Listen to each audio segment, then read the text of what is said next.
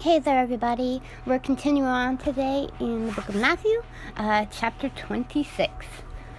When Jesus had finished saying all these things, he said to his disciples, "As you know, Passover begins in 2 days, and the Son of Man will be handed over to be crucified." At that same time, the leading priests and elders were meeting at the residence of Caiaphas, the high priest, plotting how to capture Jesus secretly and kill him. But not during the Passover celebration, they agreed, or the people may riot. Meanwhile, Jesus was in Bethany at the home of Simon, a man who had previously had leprosy. While he was eating, a woman came in with a beautiful alabaster jar of expensive perfume and poured it over his head. The disciples were indignant when they saw this. "What a waste," they said. "It could have been sold for a high price and the money given to the poor." But Jesus, aware of this, replied, "Why criticize this woman for doing such a good thing to me?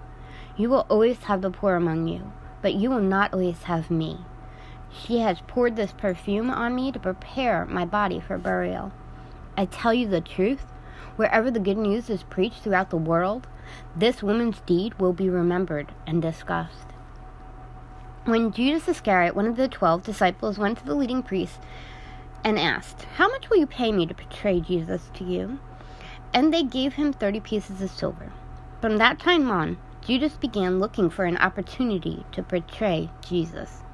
On the first day of the festival of unleavened bread, the disciples came to Jesus and asked, "Where do you want us to prepare the Passover meal for you?"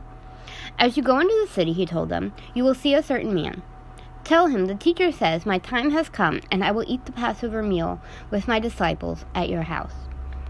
So the disciples did as Jesus told them and prepared the Passover meal there. When it was evening, Jesus sat down at the table with the 12. While they were eating, he said, "I tell you the truth, one of you will betray me." Greatly distressed, each one in turn, "Am I the one, Lord?" He replied, "One of you who has just eaten from this bowl with me will betray me. For the Son of Man must die, as the Scriptures declared long ago. But how terrible it will be for the one who has betrayed him. It would be far better for that man if he had never been born." Judas, the one who would betray him, also asked, "Rabbi, am I the one?" And Jesus told him, "You have said it." As they were eating, Jesus took some bread and blessed it. Then he broke it in pieces and gave it to the disciples, saying, "Take this and eat it, for this is my body." And he took a cup of wine and gave thanks to God for it. He gave it to them and said, "Each of you drink from it. For this is my blood, which confirms the covenant between God and his people. It is poured out as a sacrifice to forgive the sins of many. Mark my words, I will not drink wine again until the day I drink it new with you in my Father's kingdom." Then they sang a hymn and went out to the Mount of Olives. On the way, Jesus told them, "Tonight all of you will desert me, for the Scripture says, 'God will strike the shepherd and the sheep of the flock will be scattered.' But after I have been raised from the dead, I will go ahead of you into Galilee and meet you there." Peter declared, "Even if everyone else deserts you, I will never desert you." Jesus replied, "I tell you the truth, Peter. This very night, before the rooster crows, you will deny me 3 times, that you even know me." "No," Peter insisted. "Even if I die with you, I will never deny you." And all the other disciples vowed the same. Then Jesus went with them to the olive grove called Gethsemane, and he said, "Sit here while I go over there to pray." He took Peter and Zebedee's 2 sons, James and John, and he became anguished and distressed. He told them, "My soul is crushed with grief to the point of death. Stay here and keep watch with me." He went on a little further and bowed his face to the ground, praying, "My Father, if it's possible, let this cup of suffering be taken away from me. Yet I want your will to be done, not mine." Then he returned to the disciples and found them asleep. He said to Peter, "Couldn't you watch with me even 1 hour? Keep watch and pray so that you will not give in to temptation. For the spirit is willing, but the body is weak." When Jesus left them a second time and prayed, "My Father, if this cup cannot be taken away unless I drink it, your will be done." When he returned to them again, he found them sleeping, for they couldn't keep their eyes open. So he went to pray a third time, saying the same things again. Then he came to the disciples and said, "Go ahead and sleep. Have your rest. But look, the time has come. The Son of Man is betrayed into the hands of sinners. Up, let's be going. Look, my betrayer is here." And even as Jesus said this, Judas, one of the 12 disciples, arrived with a crowd of men armed with swords and clubs. They had been sent by the leading priests and elders of the people. The traitor Judas had given them a prearranged signal. "You will know which one to arrest when I greet him with a kiss." So Judas came straight to Jesus. "Greetings, Rabbi," he exclaimed, and gave him the kiss.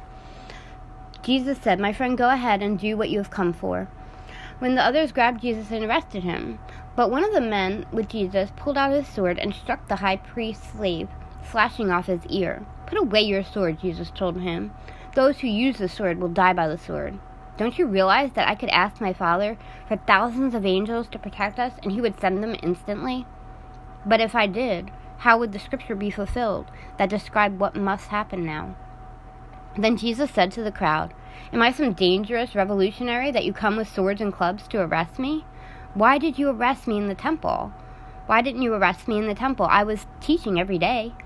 But this is all happening to fulfill the words of the prophets as recorded in Scripture. At that point, all the disciples deserted him and fled.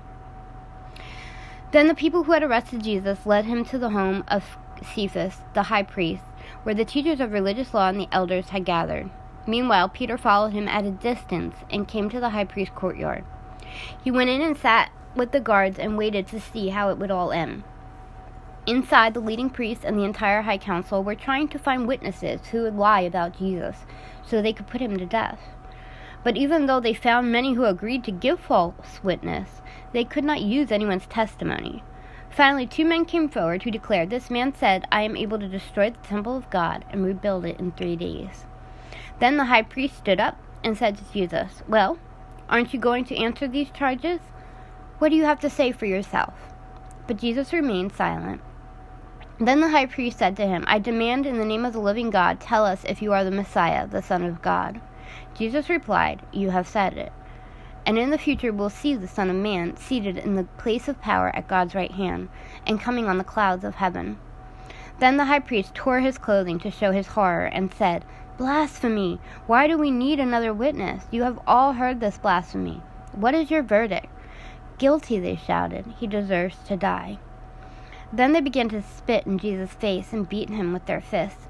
Some slapped him, jeering, "Prophesy to us, you Messiah. Who hit you that time?" Meanwhile, Peter was sitting outside in the courtyard. A servant girl came over and said to him, "You were one of those with Jesus, the Galilean." But Peter denied it in front of everyone. "I don't know what you're talking about," he said. Later on, by the gate, another servant girl noticed him and said to those standing around, "This man was with Jesus of Nazareth." Again, Peter denied it, this time with an oath. "I don't even know the man," he said. A little later, some of the other bystanders came over to Peter and said, "You must be one of them. We can tell by your Galilean accent." Peter swore, "A curse on me if I'm lying. I don't know the man." And immediately the rooster crowed. Suddenly Jesus' words flashed through Peter's mind, "Before the rooster crows, you will deny me 3 times, that you even know me." And he went away and wept bitterly.